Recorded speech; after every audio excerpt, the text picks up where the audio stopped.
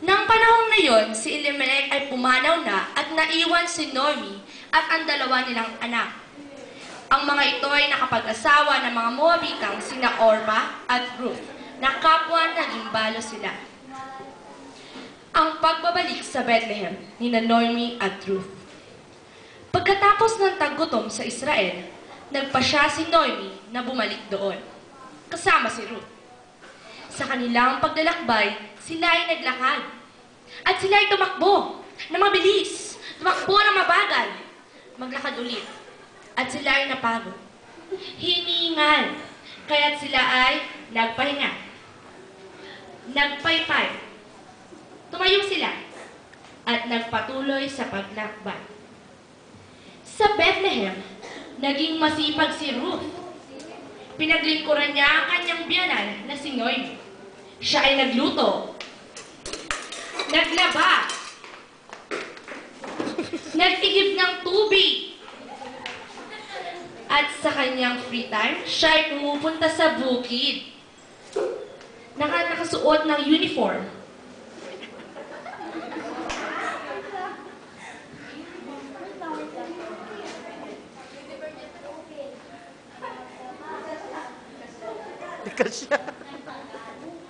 At matagal siyang nagsuot ng uniform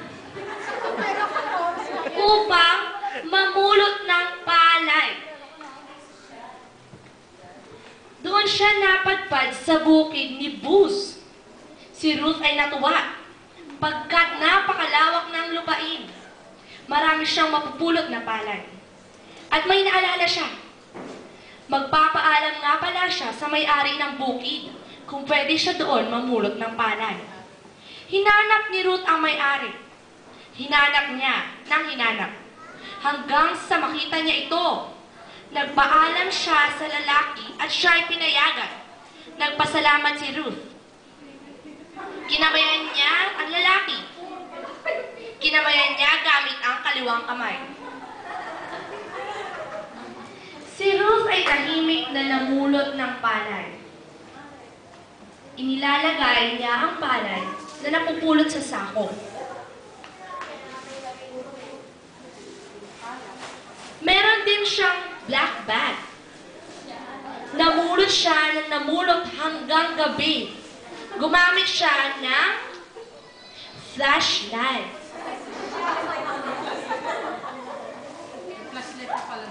At sa kanyang pag-uwi, giniik niya ang mga iyon. At siya ay natuwa. Pagkat nakakalahating kaban siya ng bigas.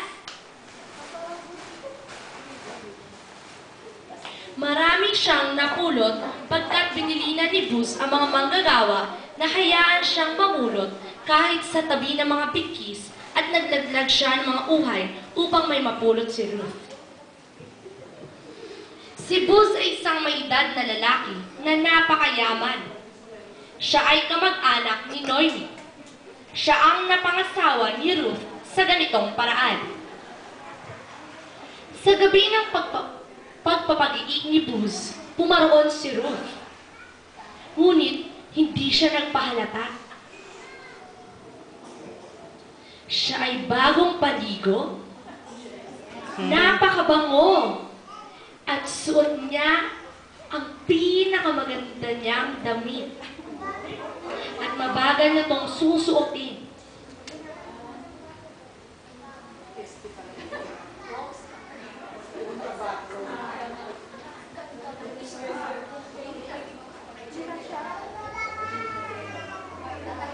Hindi rated X yun, ha? Matapos kumain at uminom ni Buz,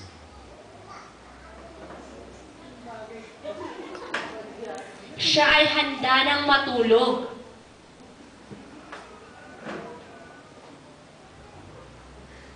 Sinundan siya ni Ruth. Dahan-dahan na natingkayad habang siya ay sumusunod kay Buz. Paghiga ni Buz, siya ay tulog agad. Kaya't natuwa si Ruth. Siya ay pumalakpak. Pumalakpak na pumalakpak. Siya ay huminto sa pagpapalakpak. Lumapit siya sa higaan. At at inangat ang takip sa paanan ni Buz. At siya ay naghubad ng tsinelas at humiga sa paanan ng lalaki. Sa puwet yan. At simula noon,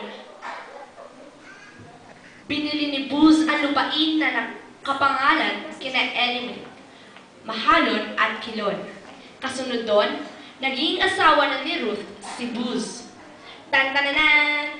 Si Ruth ay naging mabuti sa kanyang biyanan kung kaya't pinagpala siya ni Yahweh. At sa angkan ni Ruth, nagmula si Haring David